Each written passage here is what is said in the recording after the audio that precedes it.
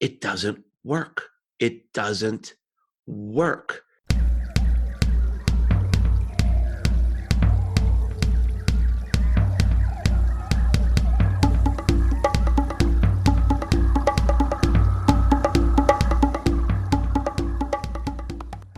Are you ready for the rebellion? Welcome back to the Wild Business Growth Podcast, presented by Hippo Direct.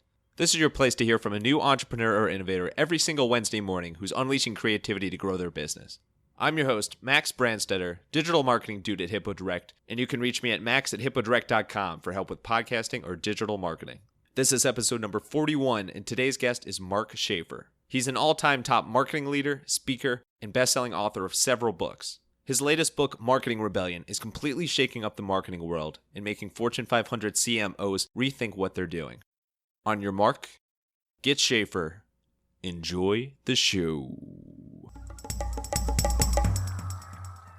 Alrighty, we are here with Mark Schaefer, the legendary marketing best-selling author, keynote speaker, college professor. The list goes on and on and on and on and on. Repeat, etc. You name it. Mark, how are you doing today? Legendary? That's a new one, I think. Legendary. Yeah. Oh, come on. You're legendary. You know, I appreciate I guess it. you're humble as well, but you're legendary and humble then. Well, it is weird. It's been such a weird trajectory. Somebody wrote me the other day. They said something like, my favorite marketers of all time, my favorite business leaders are like Philip Kotler, Peter Drucker, and Mark Schaefer. It's like, oh, come on. You got to be kidding me. It never really, honestly, it is humbling and surprising to hear that. But anyway, I'll take it. Legendary. I'll report that out to my mom today. Okay, perfect. Hey, whatever you can report out to your mom. But Yeah. but thank you so much for joining. This is really special, and we'll get into a lot of stuff about your career, but also the latest stuff you're up to, including your new book that is on fire, Marketing Rebellion. Really is. Before we dive in, yeah, it's a legendary marketing book, if I might say myself. But before we dive into that, Mark, do you mind giving a brief background for anybody that's not familiar yet of how you got started and sort of the biggest things you've been up to in your career? You know how I hadn't thought about this in a long time. I became an entrepreneur when I was 5 years old. It's a funny story. So we lived in at that point I was living in Syracuse, New York, and the street that we lived on was the corner of kind of a busy intersection. And back then people would like smoke a lot. They'd smoke in their cars and they'd get to this intersection and they'd like throw out these cigarette butts. And I discovered there was unused tobacco in these cigarette butts. I was 5. Keep this in mind. I was 5. So I thought, you know what?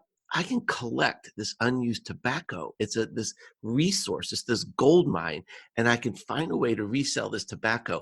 Then my mother figured out what I was doing, and my entrepreneurial journey lasted one day and one deep scrubbing in the bathtub.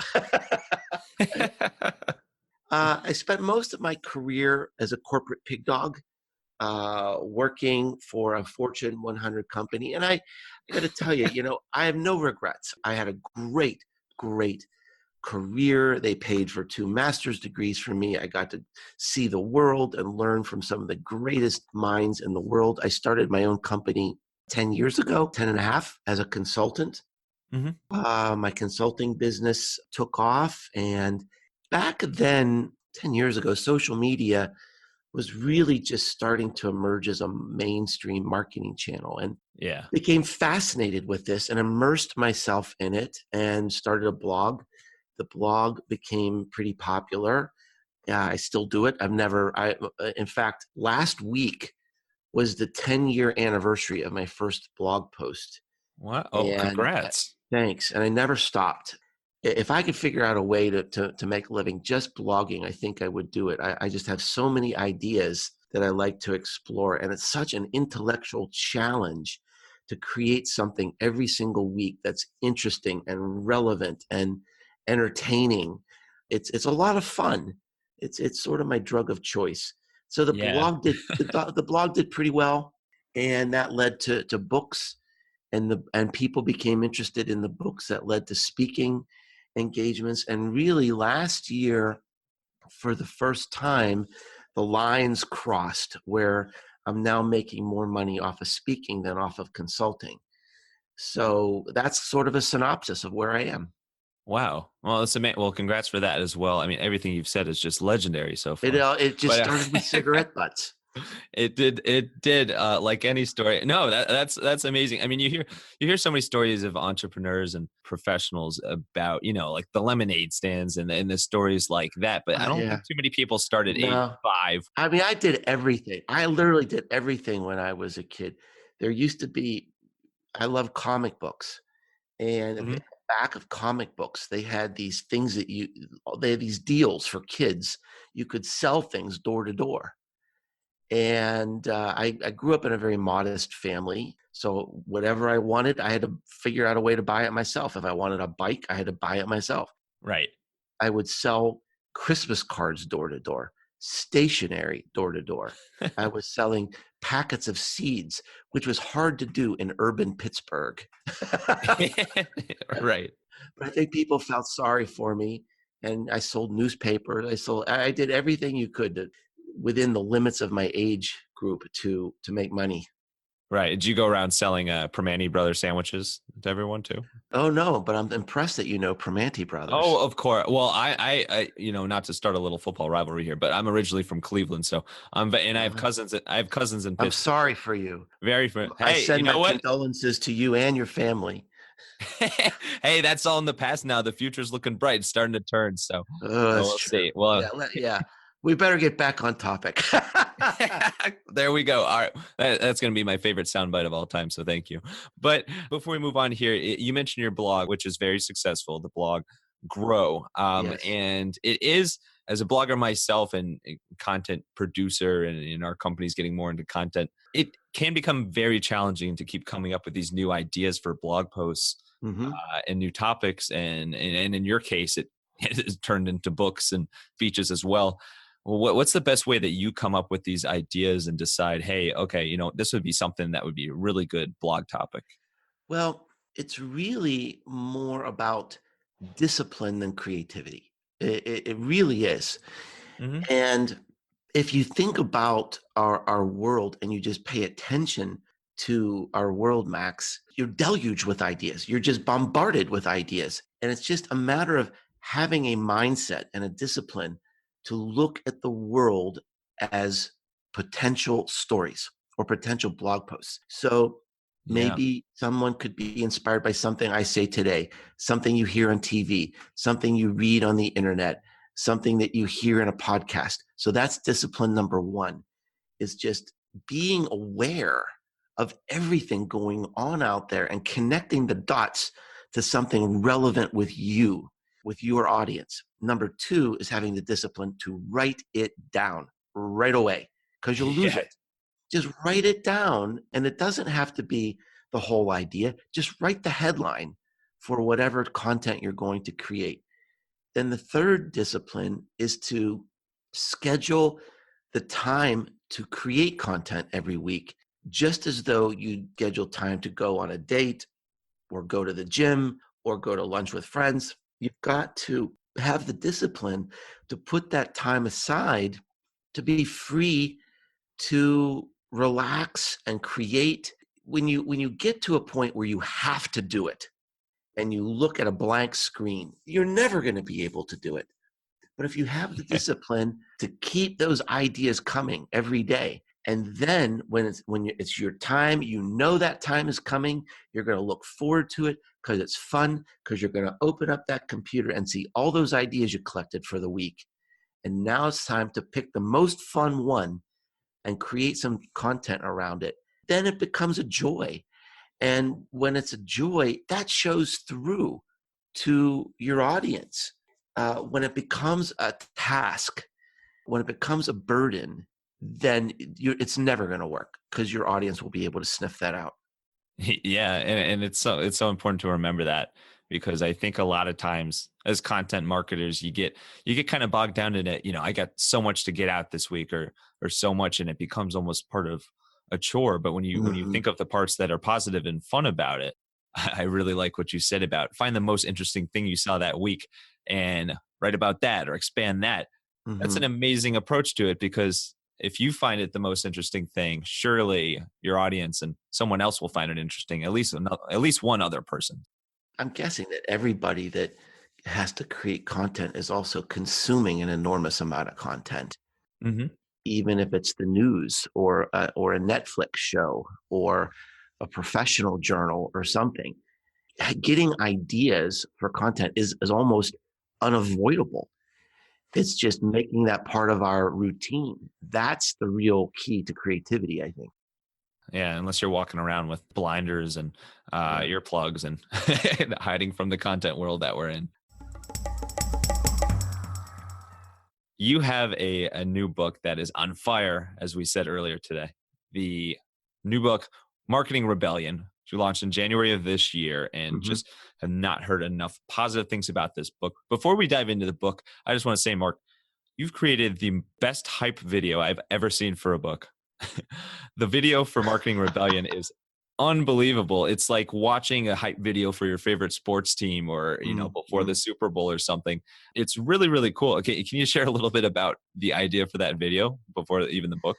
Yeah, well, I wanted to create an impact, something that would be so good that people would use it in a college class, that Hmm. people would be able to take the main ideas from my book and use it like maybe even in their own speech to say this is where the world is today.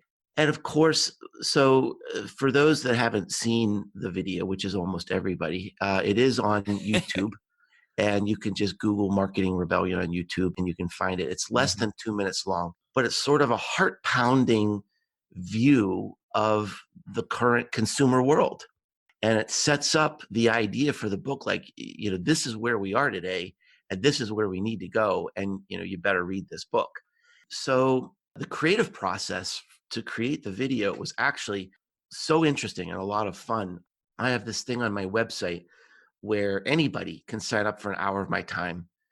So it's fun for me to sort of coach people and listen to problems from around the world. And maybe 2 years ago, this fellow that was in the medical device business, he sold his business, he made a lot of money, he's trying to decide what to do next with his life. And he signed up for a coaching call. And together, we decided he was going to go into the animation business. Of course, why Of not? course, it was a logical adjacency.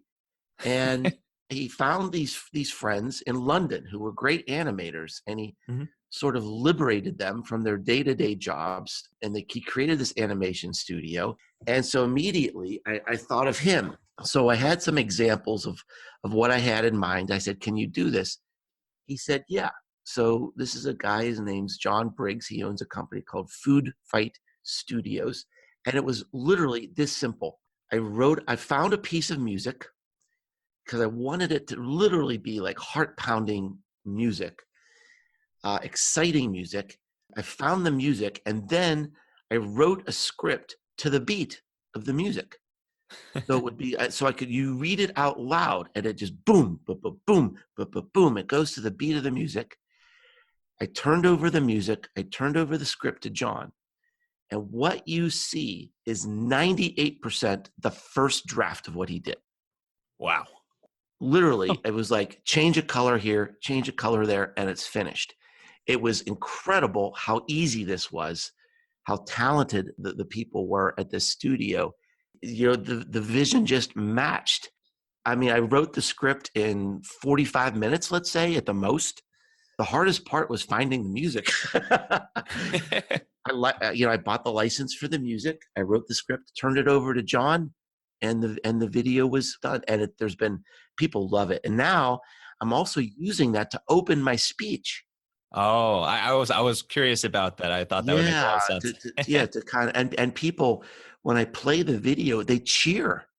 Yeah, I didn't expect that. I've only given the speech 3 times for the new Hmm. book. I've used the video and people cheer. They like the video. So Yeah. go look it up on YouTube, Marketing Rebellion, and we'll see what we're talking about. Yeah, and I'll make sure to include a link in the show notes when we do the blog post for this episode as well. So, but that's incredible. Have you thought about taking up a career as a songwriter full time now? No. No, not yet, but I think you found a new talent there, but it was incredible, an incredible idea and execution as well. And everybody who has a book, I've written like 70 myself. No, I'm just kidding. But everybody who has a book is always looking for ways to break through the clutter and create buzz for it beyond just having the book and selling that's it. the key idea. I mean, you've got to do something extraordinary, right? Hmm. For my last book, Known, I did like a little movie trailer thing that had me talking about why it's important to become known, and the Hmm. your treatment was sort of dramatic. But this time, I mean, you've got to cut through the clutter. You've got to do something that nobody's done before, and that really was the idea why I did it. Right. So let's talk about the book. I mean, I guess we could keep going on if you want about the video for the book, Oh but I feel no, like we should talk about the book itself. sure. so, so marketing rebellion. There's this big concept of the most human company wins, which is amazing. And as a company, Hippo Direct, that's focused on hippos, it definitely made me stop in my tracks and go, "Holy cow!" But our hippo's pretty human, so we'll say that. For anybody that's not familiar with the book Marketing Rebellion yet, can you give a little intro to what the concept is? Well, the main idea of the book is that marketing has become too much of a glorified IT department, and that we are trying to automate things and algorithm things and robocall our marketing and spam people and use all this wonderful technology. And technology has become the enemy of great marketing, not because technology is bad, but because it's so good, it's so easy, it's so cheap. We can buy a million email addresses for $9.99, and even if just one person buys, we've paid for the thing. But meanwhile, we've annoyed 999,999 people, and that's become our world. So what I'm saying in the book is that this just won't work anymore, because the power has shifted to our customers. Two-thirds of our marketing is occurring without us, and that number is growing larger because we used to think we were in control and we controlled the customer journey and we controlled the sales funnel, and those days are over. And it's not just Mark Schaefer's opinion about this. This is where the research is. McKinsey and Deloitte and Accenture and these big companies, the research is profound and conclusive and overwhelming that the old days of the ways we used to do our marketing, it is over. And the customer is in control. The customer is the marketer. The customer is our marketing department. And it demands a new mindset, a new approach to be invited into those conversations, into that two-thirds of the marketing that's going on without us. And it Huh. takes a new courage, really, a new type of leadership, new ways to create our marketing that are unfamiliar, new ways to measure our marketing that are unfamiliar.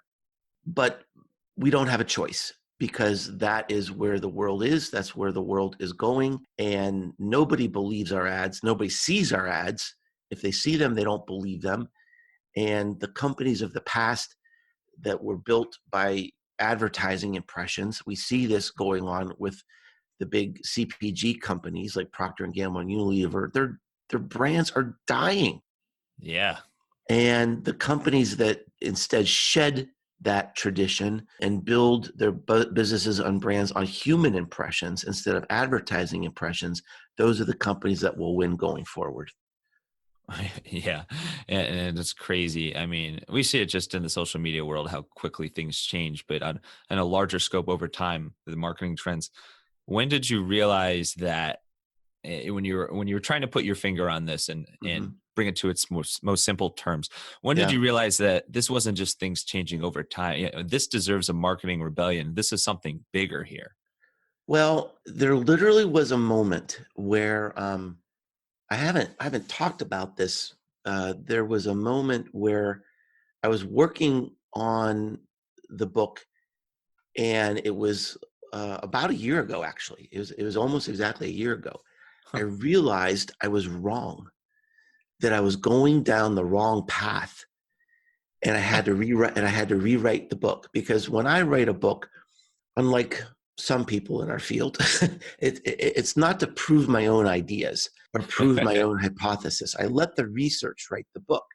And as Mhm. I was doing the research, my original idea was that people were being overwhelmed by technology, consumed by this need to keep up.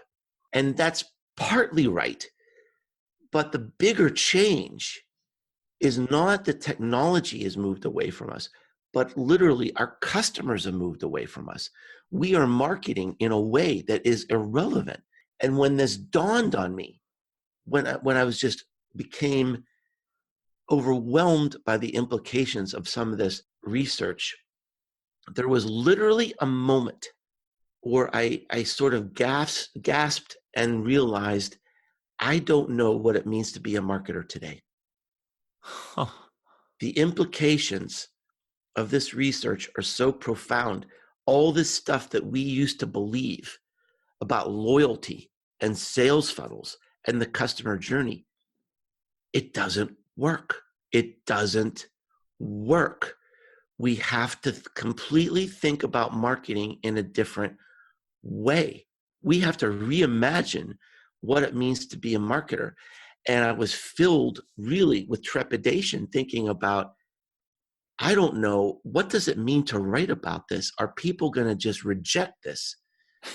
This is so, it's so bold. It's so provocative.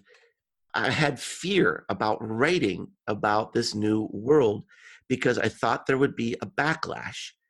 And really the opposite has happened. People have said, I just knew it. I knew this was happening. I could see it. I could feel it. I just couldn't name it. And Mark, you've named it, and you've sort of liberated us to do what we know we need to do instead of being constrained by what all the gurus think. I mean, a lot of the marketing Yeah. advice out there is we're in this echo chamber and we just soothe each other, and we haven't looked up to see what's really going on in the world. And this book forces you to look up and say, uh-oh, wow, the customers aren't where I thought they were. We've got to change. And we just don't have a choice.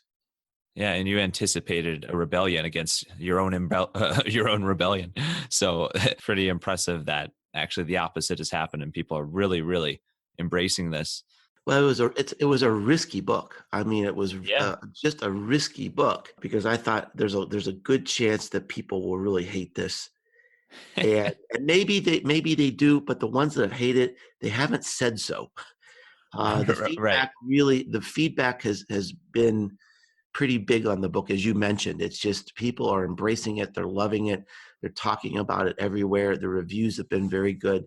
Ultimately, I was rewarded for taking the risk. Yeah, at 100%. And I think if there's any backlash from it, it's probably just the initial gut reaction from people going, "Holy shit, I've been spending so much money and time on the Yeah. wrong things for years." And but on the plus side of that, glass half full side of that, after reading this book, you'll have a much better idea of how to approach things and how to spend your marketing budget and position your business going forward. So, Well, that was the goal.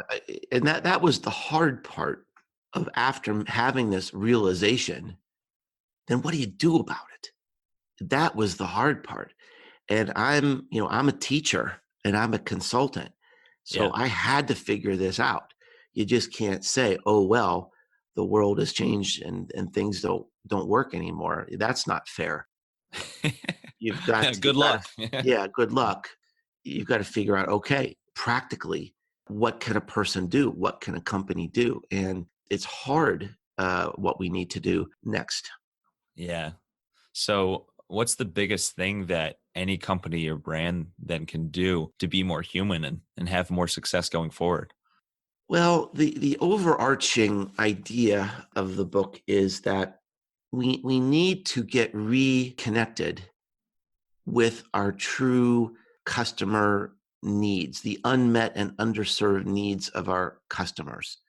And instead of talking about us and how great we are and the arc of our story and our why, nobody really cares. I mean, people care about themselves. And there was a great story in the book from an executive at Nike, and they did this research, and the customers were saying, we're tired of you telling us about these heroes, these athletic sports heroes. Yeah. When is it time for us to be the hero? And I think that's really what's in our hearts, is we don't care about the arc of your story. We want you to care about the arc of our story. We don't really care about your why. We want you to care about our why. We want to be the hero. Put us in the ads. Make us the centerpiece of your marketing. Yeah.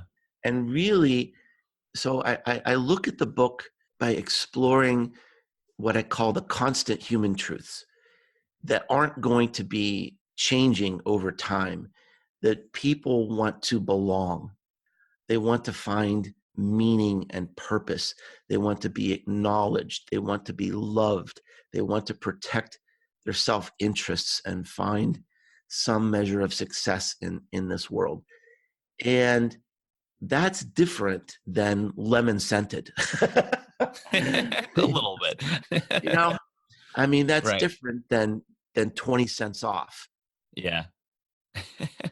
But that's really where we are in the world. And so I got into this and looked at, well, is it really possible for companies to connect that way? And it was so hard. I mean, there was so much research that went into this book. It was another moment I went through when I thought, why am I doing this? I am never, ever, ever going to make a profit on the hours I put into this book. Yeah. You could have just made a lemon scented book and it would create Could have enough. made a lemon scented book, but I went all the way with the thing and dug into every rabbit hole and nook and cranny, and explored very deeply how companies really are connecting to people in these meaningful ways. And they are showing us a way forward. There are dozens and dozens of examples and case studies in the book that show that it is possible to be invited to that 2/3. You can't buy your way in anymore. You've got to be invited into these conversations that are carrying our messages forward. And it's happening. Yeah, it is. And when you think back to by the nature of the marketing world, or the non-existence of the marketing world, however you want to portray it now, can you think back to any time in history that has deserves this much of a change in terms of how businesses market themselves than what's going on right now? Well, absolutely. It would have been the late 80s, early 90s when the internet started. That was the last Oh, I've big, heard of that. Yeah. yeah, that was the last big cataclysm. Hmm. And I was in the middle of that. Businesses made money on what people didn't know. We made money on the secrets. That's how you Yeah. sold cars and insurance and vacation plans. And that lemon scent. Yeah, Can't reveal that secret you formula. made it. Yeah, it was the secret formula. It was the lemon scent. And then when the internet started, all that information, all those secrets transferred eventually to our customers. All the accumulated knowledge of the human race is now in the palm of your hands. And when you walk into a car dealership or an insurance agency, you know more about what they're selling than they do. That was another sort of cataclysmic time similar to where we are today. And I have a new favorite word, so thank you. Cataclysmic. But what's the biggest difference between that time and now? Like, what sticks out to you the most? Well, it's a continuation. This rebellion has been going on for 100 years. We just haven't paid attention to it. Yeah. The lesson that we need to learn as businesses is that when we do things that don't respect the customer will eventually win.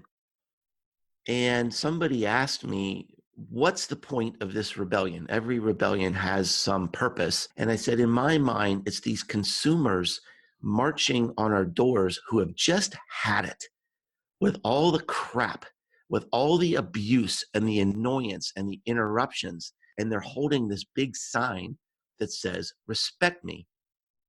If you get the paper version of the book, when you open up the cover, the first thing you see is a picture of this revolution. There's this woman holding a sign that says, respect me, because that's the idea I think that we need to keep in our minds, that people are saying, respect my life, respect my time, respect my privacy. Stop interrupting me. Stop showing up uninvited. Stop filling my mailbox with crap. Stop calling me in the middle of a important life event. Stop disrespecting my privacy. Just stop it. And in my talks, I end my new speech with this recommendation that the first step we can take to move toward more human-centered marketing is to look at the things that we're doing in our companies and stop doing what people hate. Just stop it.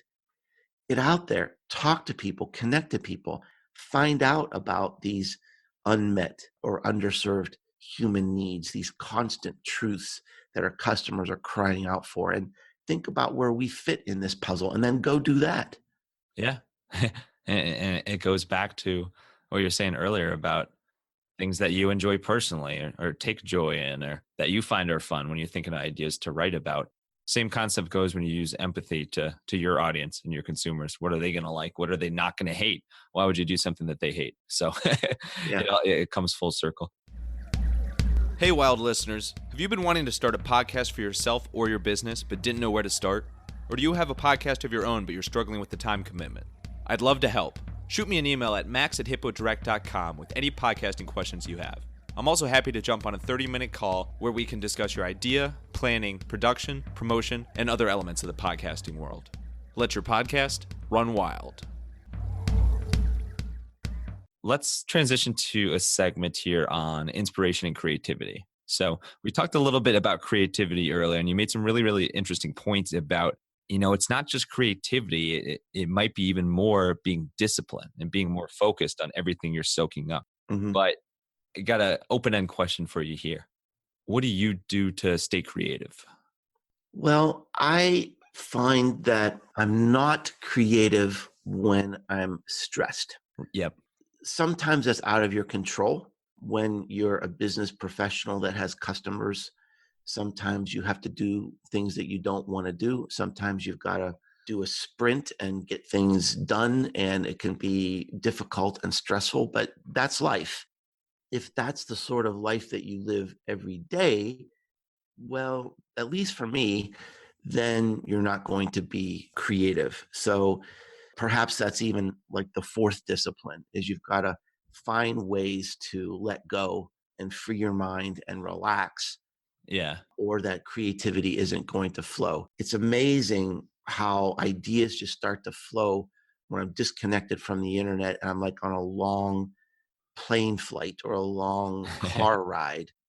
That's really when I sort of get into a creative frenzy, when you can let your mind just go and you're not clicking on your smartphone every 10 or 15 minutes.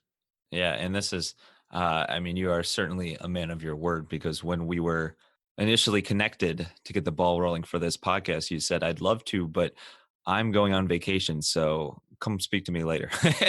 And you went down I think you were on a Caribbean cruise at the Yeah, time. and that, I mean, a cruise to me is we've taken a few cruises over the last few years. We did a Baltic cruise, we did a Greek island cruise, and to me, in fitting my lifestyle, it's kind of cool because you don't have to even worry about transportation or the hotel or a dinner Right. reservation. I mean, you just kind of flow.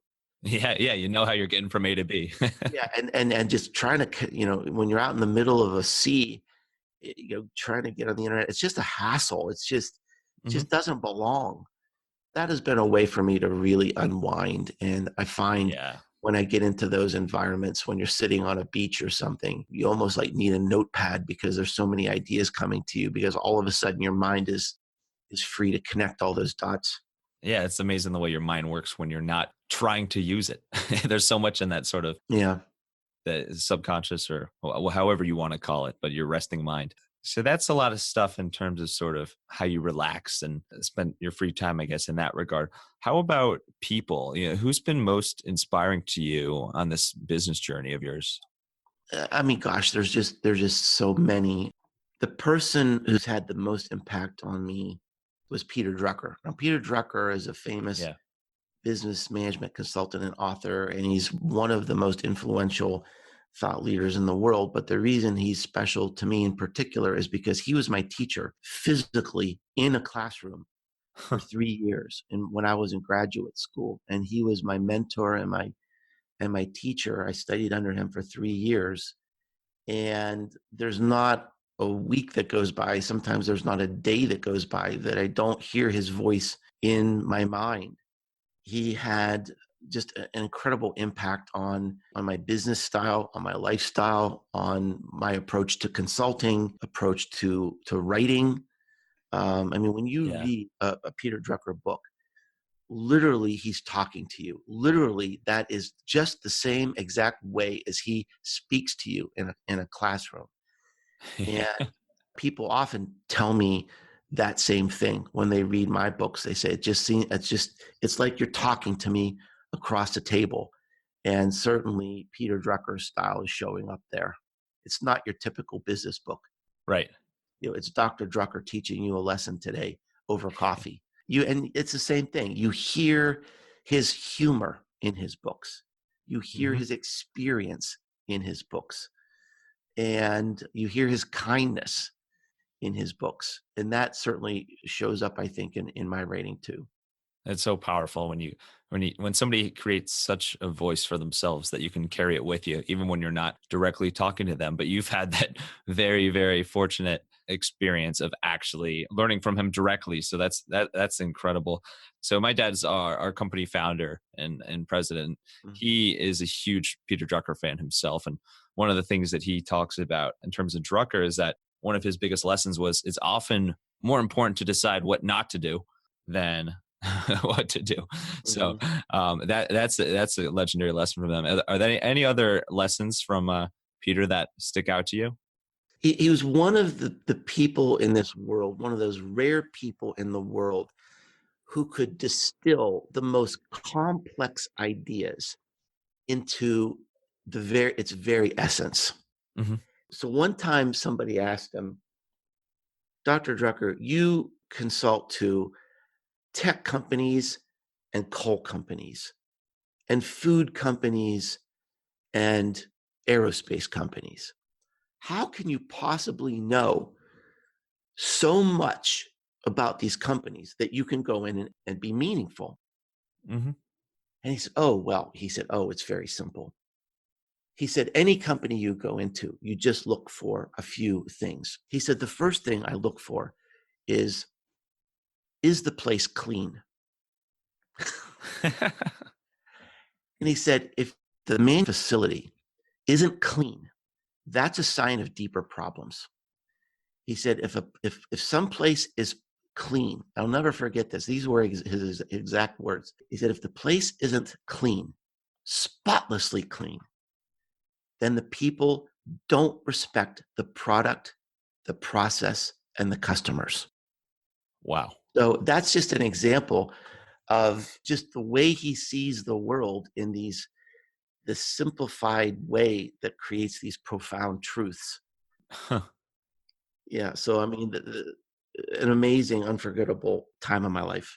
Yeah, that's an incredible one. And I think the same thing can apply for the internet as well, because you can very easily be turned off by the way someone portrays himself on their website or on their social media profile. So the Sure. same thing can go from offline to online there.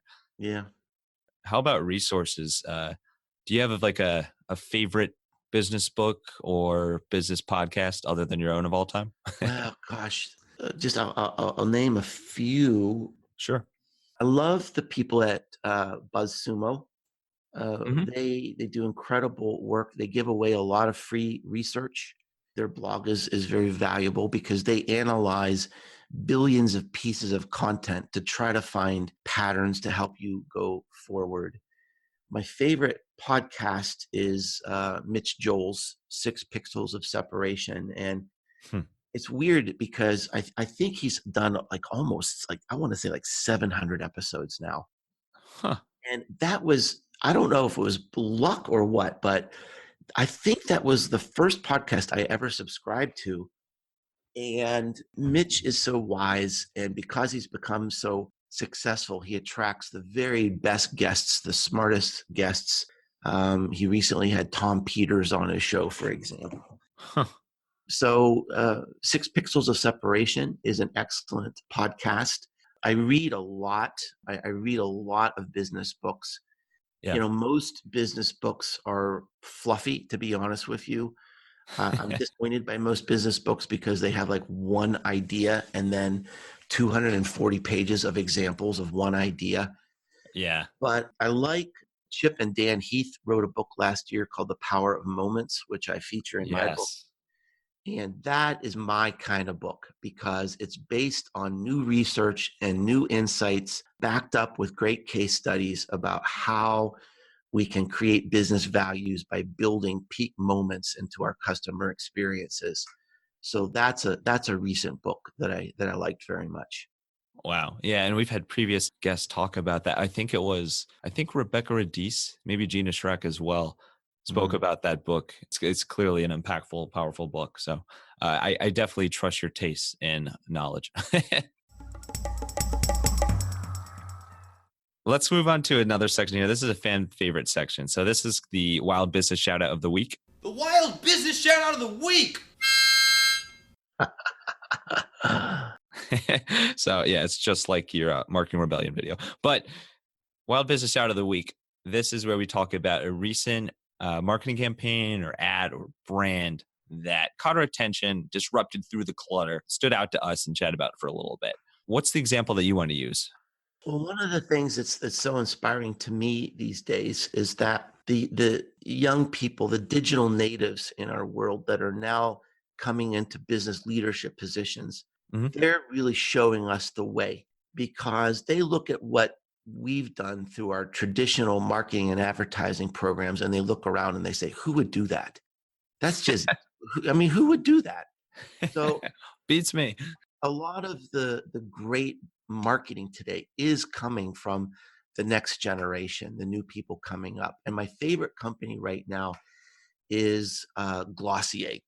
Glossier is not a familiar company to many people, but it's one of the fastest growing skincare and cosmetic brands. It was started by a young woman named Emily Weiss. Emily was a blogger and a journalist, and she had this sort of a beauty related blog, and she learned from the comments on the blog that people were really disenchanted with the world of beauty. It's so fake and so unnatural, and they talk down to you like they're from Paris or they're at some Italian chalet or something, and you've got Yeah. all these beautiful people swimming through the water, and they come up and their hair is perfect, and You're describing me swimming in the pool in the backyard, but yeah, duh. Emily decided that it was time to create a brand that didn't talk down to people, that became their friend. And she created this company called Glossier. It's become a great hit. And the thing that I love about her company is that it is the best example of a company that is succeeding in this new world of the marketing rebellion, where the customers are the marketers. 100% of her sales come from customer referrals. When she sends out her wow. product, it's shareable content because it's wrapped in this pink bubble wrap that makes a perfect background for Instagram. She Huh. sends stickers and things that you can interact with and decorate your products with. She is accessible. She gets down into the trenches and she talks to people. She involves her customers in the R&D process. When you go to the website, it's filled with real life reviews, even when the reviews aren't very good. The people who are demonstrating her products on the website are her customers. It's not supermodels. It's the people out there in the world who want to be part of her company. It's a business built from social media on up. I love what she's doing. I'm thrilled with her success. It is, if you want to look at a company as a role model of how to win in this new world where the customer is in control, it's Glossier. Huh. Wow, that's incredible, and they're clearly doing something different, and they've thrived by not going with the traditional methods that those darn young kids are opposed against. Mhm. but uh, but how were you exposed to Glossier in the first place? I was doing research for the book. And when I do research, I talk to lots and lots of people who are experts in business and marketing. Because again, I don't want this to be, the Mark Schaefer opinion book. I want this to be really reflective of what's going on in the world. At the end of my book, I have a list of people who I call it my Da Vinci team, because Leonardo da Vinci was arguably the most creative person in history. And yet almost all of his creativity was collaborative in some way. He was building on the ideas of others. And so I reflected on this and thought, well, I spend too much time alone to create a really great book, a rich book. I need to go out and talk to people. I need to bounce these ideas off of other people. And so Glossy was a name I came up with when I was asking people about companies who help you feel like you belong, like you're part of the movement, part of the company. Hmm. And Glossier is just amazing. They're inspirational about what they do, and it's mostly young women. There are a few men, I guess, that buy their products, Hmm. and they're featured on the website. But it's women who love what they do, and they really feel like they're part of the brand. They really do belong, and it's a great thing to see. Yeah, yeah, and that distinction is so powerful. We only got a little bit of time left, so I would love to wrap up with some rapid fire Q&A. Are you ready for it? Hmm. All right, let's get wild. What is your biggest pet peeve? My biggest pet peeve is how marketers today flock to whatever's popular until they ruin it. And we have a pattern of this, whatever is emerging, then everybody just goes there. And Yeah. it's lazy, uninspiring marketing that marketers have to realize that great marketing is not about conformity and doing what everybody else is doing. It's about non-conformity and finding a unique way that you can maneuver that makes you stand out from the noise. It's not being more noise. And that's what most marketing is today. Yeah. Drop the mic. How about, do you have any weird talents? Like something that's random and most people wouldn't know, but you're really good at for whatever reason? um no. uh you kind of caught me off guard. I mean, That was my goal, so we're good. I am just like the most normal person. Oh. I'm just average at everything, basically. I'm average at sports. I'm average at music. I'm average at just about everything. I mean, I think I beg to differ, but my three life skills are: I'm a good parent. that's a good one. And so I take it seriously because I think, well, God gave me these skills and I can't waste it. I've got to find ways to load these skills on the world. So I do mentoring, which is an extension of parenting. Yeah. I'm a good communicator and writer. I mean, that is definitely a gift that I know I have, that I can write in a way that moves people. And the third thing is that I'm good at coaching and counseling, and I can see things that other people can't see maybe in their lives. I can connect dots that people don't normally connect. And so those are the three things that I'm good at. I don't know if those are, quirky or weird. Sorry to disappoint you, but those are the No, three things I'm good at. And everything else I'm average at. you know what, Mark? That was a pretty average answer, so I'm a little Yeah. disappointed. No, I'm just No, there kidding. you go. No, no, it's certainly above average. We should call this just the average Mark episode. No, you are well above average in many, many categories. So those are very, very important things to be good at. But in a totally different vein, what's your favorite TV show of all time? I think it's The Office. And That's what she said. Yeah. And here's the reason why I know conclusively it's The Office, because it's the first TV series I'm going back to watch a second time. Yep. Oh, Alexa just came on. Oh, isn't that Oh, weird? Oh, Alexa, would Alexa or like to join the Siri. podcast? It was weird. It was weird. We actually had we had the voice of Siri, Susan Bennett, the original voice of Siri. We had her on the show previously, so that one was Oh, cool. pretty trippy in terms of Yeah. hearing that voice. The three shows that I loved the most were probably Mad Men, Breaking Bad, Yeah. The Office, and Game of Thrones. And it was time to. Oh, a bonus. I just wanted to. I just start. A couple weeks ago, I started watching The Office again, and oh my gosh, it's just still as laugh out loud, just laugh out loud funny. Yeah. Sometimes you just need something like that.